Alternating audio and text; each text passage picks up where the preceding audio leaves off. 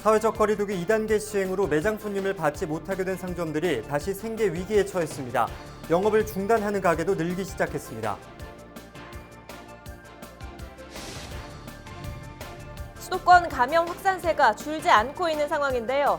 장덕천 부천시장을 직접 연결해 코로나19 감염자가 다시 늘고 있는 부천의 방역 상황을 살펴봅니다. 부동산 규제를 받게 되면서 끌어오르던 김포 부동산 시장 분위기는 일단 관망세로 돌아섰는데요. 일부 지역민들은 조정지역 해제를 요구하고 나섰습니다.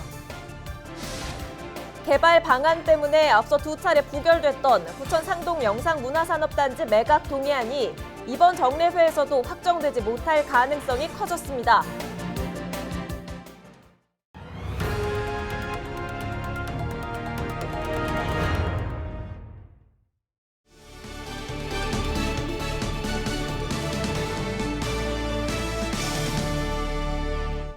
여러분 안녕하십니까? 헬로티비 경인뉴스입니다. 앞으로 2주간 수도권에서는 사회적 거리두기 2단계 조치가 시행됩니다. 카페는 포장이나 배달로만 이용할 수 있고 식당도 밤 9시 이후에는 매장 내 식사가 금지되는데요. 코로나19 확산세가 잠시 주춤하면서 그나마 숨통이 트였던 상인들은 또다시 매출에 큰 타격을 입게 됐습니다. 김진재 기자입니다. 카페가 모여 있어 평리단길이라고 불리는 인천 부평구의 한 거리. 손님이 한창 몰릴 평일 점심시간이지만 카페 안은 텅 비었습니다. 일부 카페는 아예 영업을 하지 않는다는 안내문을 붙이기도 했습니다. 24일부터 수도권의 사회적 거리두기 2단계 조치가 시행되면서 카페에서는 매장 내 음료 섭취가 금지됐기 때문입니다. 특히 지난 8월과 9월 프랜차이즈 카페에만 적용됐던 사회적 거리두기 2.5단계 조치와 다르게 이번에는 개인 카페들도 시행 대상에 포함됐습니다. 매장에서 음료를 마시고 가는 손님들이 대다수인 카페들은 또다시 코로나19가 확산하자 생계를 걱정하고 있습니다. 90% 이상 원래 먹고 가시는 분들이 많죠. 어차피 없을 거 아니까 아예 그냥 쉬는 경우도 많고 뭐 쓰던 직원이나 뭐 알바도 2주 동안은 못 나오게 되는 상황이죠. 웨딩업계도 상황은 비슷합니다. 결혼식장의 경우 대부분 식대를 통해 수익을 내는 구조. 하지만 거리두기 2단계 조치에 따라 하객이 100명 미만으로 제한되면 매출이 줄어들 수밖에 없습니다. 250명 정도 돼야 어느 정도 이렇게 운영을 할 수 있는 그런 마지노선 같은 건데 지금 뭐 100명 이렇게 해서 오게 되면 그 열어서 무조건 적자인 거예요, 지금은. 식당과 학원, 어린이집 등 지역사회 곳곳에서 확진자가 발생하다 보니 시민들도 감염 우려에 외출을 자제하고 있는 상황. 올 초부터 코로나19로 매출에 직격탄을 맞은 상인들은 혹여나 인건비와 임대료마저 내지 못해 가게 문을 닫게 될까 걱정하고 있습니다. 세네 군데가 문을 닫았어요. 그리고 지금 또 닫을 예정으로 막 돼 있던 집도 있을 정도로 현재도 겨우겨우 버티고 있는 중인데 이게 또 이제 여기서 또 격상이 더 된다든지 그렇게 되면은 굉장히 더 힘들겠죠. 잠시 주춤했던 코로나19가 또다시 확산하면서 하루하루 생계를 이어가야 하는 상인들의 시름이 깊어지고 있습니다. 헬로티비 뉴스 김진재입니다. 네, 앞서 보신 것처럼 수도권 지역의 거리두기가 2단계로 다시금 상향됐습니다. 특히 부천에서는 지난 주말 어린이집을 중심으로 집단 감염이 발생해서 더욱더 걱정되는 상황인데요. 장덕천 부천시장 전화로 연결해서 자세한 내용 들어보겠습니다. 시장님, 지난 쿠팡 물류센터 때도 그랬고 또 부패발 감염도 그랬고요. 부천이 참 위기 때마다 코로나19 감염의 중심에 있는 것 같습니다. 그런 만큼 이번에도 시민들의 우려가 큰데요. 최근 부천 어린이집 2곳에서 잇따른 집단 감염이 발생했습니다. 지금 상황 어떻게 보고 계십니까? 지금 용인 퀴즈 카페에서 시작해서 구로구 확진자, 그다음에 우리 부천 어린이집 교사로 이어져서 지금 총 24명이 지금 어린이집 관련으로 확진이 됐습니다. 아이들 확진으로 그 자녀를 두신 부모님들 불안감도 커지고 아마 걱정이 많으실지 압니다. 안타깝게 생각하고요. 지금 접촉자는 지금 모두 확인돼서 좀 안정화 추세고요. 오늘 확진자가 없는 걸 봐서 이제 한 500여 명이 자가격리돼 있는데 산발적으로 앞으로 추가 확진자는 나올 가능성은 있습니다. 하지만 좀 어느 정도 안정화는 된 것 같고요. 앞으로도 자가격리자들을 관리 잘해서 추가적인 전파가 없도록 좀 막겠고요. 좀 아쉬운 점은 아픔은 쉰다는 그런 철칙을 좀 꼭 좀 지켜주셨으면 좋겠고, 우리 시에서도 추가적으로 좀 어린이집 교사들이라든가 학교 선생님, 그다음에 이런 고위험 시설 종사자들을 대상으로 관리 앱을 새로 좀 개발해서 앞으로 좀 더 철저하게 좀 사전에 차단할 수 있도록 그렇게 조치를 취할 계획을 가지고 있습니다. 그렇다면 이번 어린이집을 중심으로 한 집단 감염 등은 더 이상 나오지 않을 가능성이 크다는 말씀이신 거죠? 지금으로서는 기존에 벌어졌던 그 집단 감염 사태가 이어지지는 않을 것 같고요.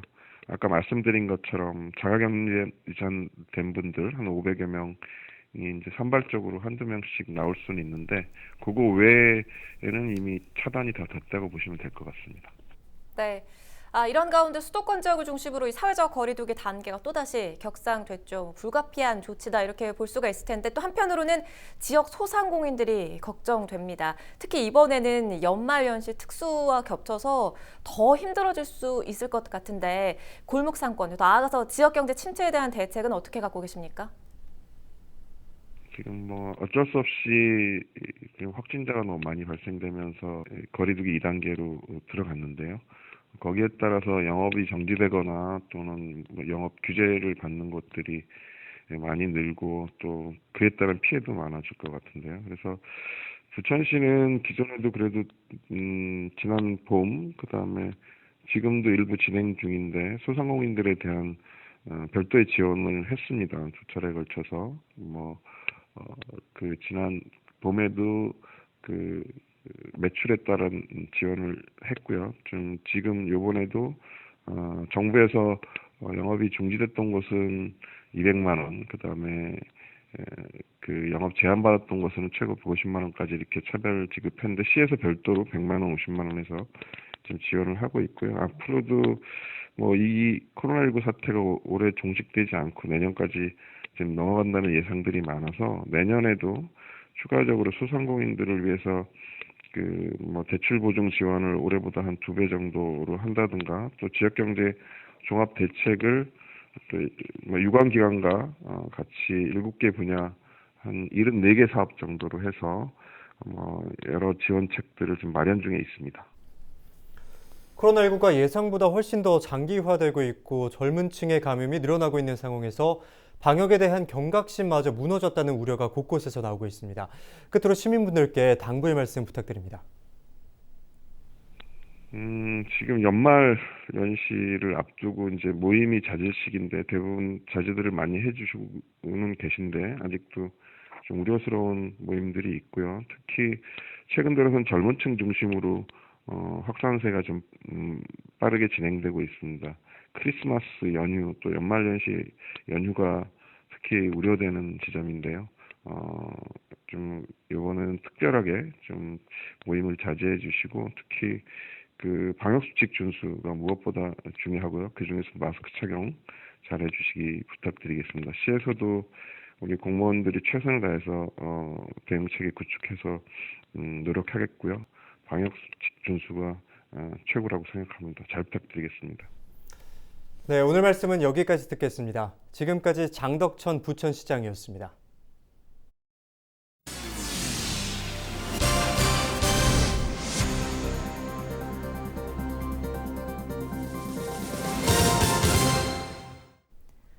계양구 의원 2명이 확진자가 다녀간 음식점에 방문했다가 자가격리에 들어갔습니다. 김유순 의장과 조양희 자치도시 위원장은 지난 13일 계양구의 한 삼겹살집에 방문한 뒤 해당 음식점에 코로나19 확진자가 다녀간 것으로 확인되자 검체 검사를 받았습니다. 검사 결과 다행히 두 의원 모두 음성 판정을 받았는데요.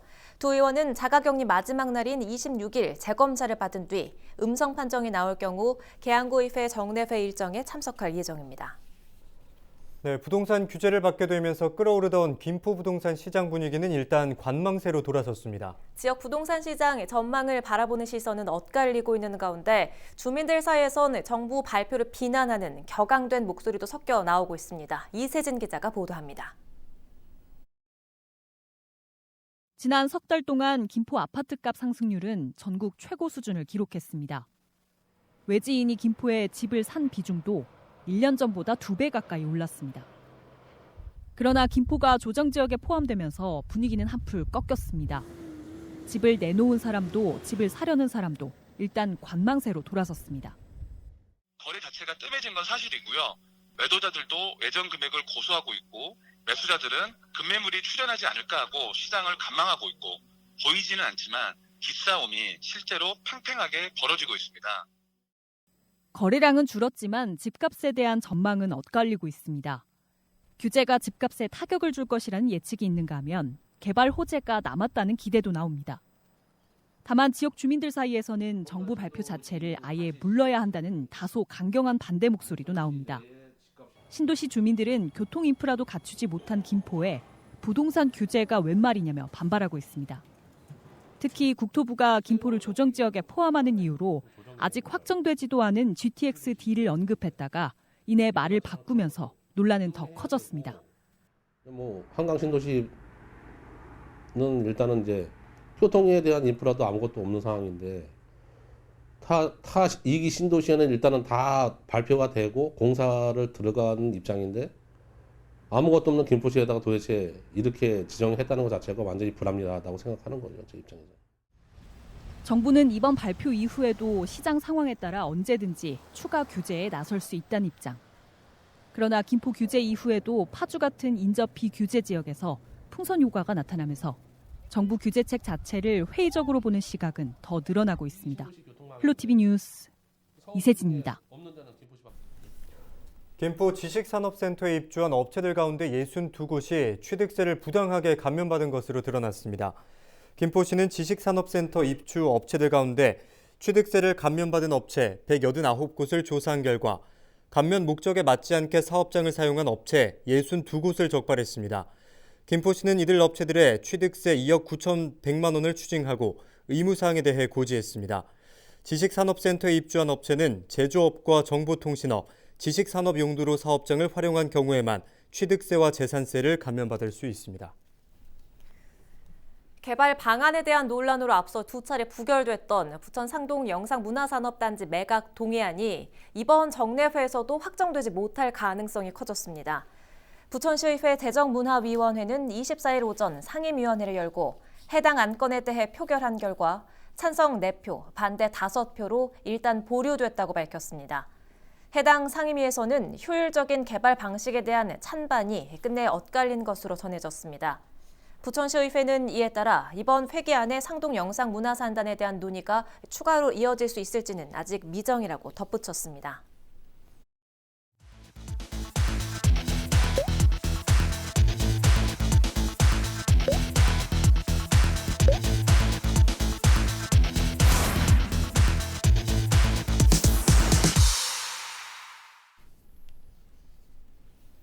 부천시의회에서 윤리특별위원회가 구성될 전망입니다. 부천시의회는 지난 23일 운영위원회 소속 의원들을 중심으로 이동현 의원 징계와 관련한 윤리특위를 구성하는 방향을 추진하고 있다고 밝혔습니다. 윤리특위는 앞으로 3개월 동안 이동현 의원에 대한 제명과 출석 정지 등 징계 수위를 결정하게 되는데요. 특위 활동은 오는 30일 열리는 2차 본회의에서 안건이 통과되는 즉시 시작됩니다. 인천시가 사회적 거리두기 2단계로 연말 상황이 어려워진 소상공인들과 자영업자들을 돕는 방안을 마련하기로 했습니다. 인천시는 우선 송년 모임 등을 계획하고 있는 부서에 대면 회식 대신 포장 배달로 사무실에서 간식을 먹거나 가족과 함께 집에서 포장 음식을 먹도록 권장할 계획입니다. 또 집행이 예정된 예산도 관련 법 규정안에서 소상공인들과 자영업자들에게 도움을 줄 수 있도록 방안을 적극적으로 찾겠다고 밝혔습니다. 여홍철과 조원희 등 스포츠 스타가 경기도 내 학교 운동선수와 지도자를 대상으로 인권 진로 교육을 실시합니다. 오는 30일까지 하루 2명씩 12개 종목에 걸쳐 실시되는 이번 강의에서는 강사들의 경험과 함께 학교 운동부 문화 개선을 위한 방안이 제시됩니다. 해당 영상은 유튜브 채널을 통해 실시간으로 방송되며 한 달간 다시 보기로 감상할 수 있습니다.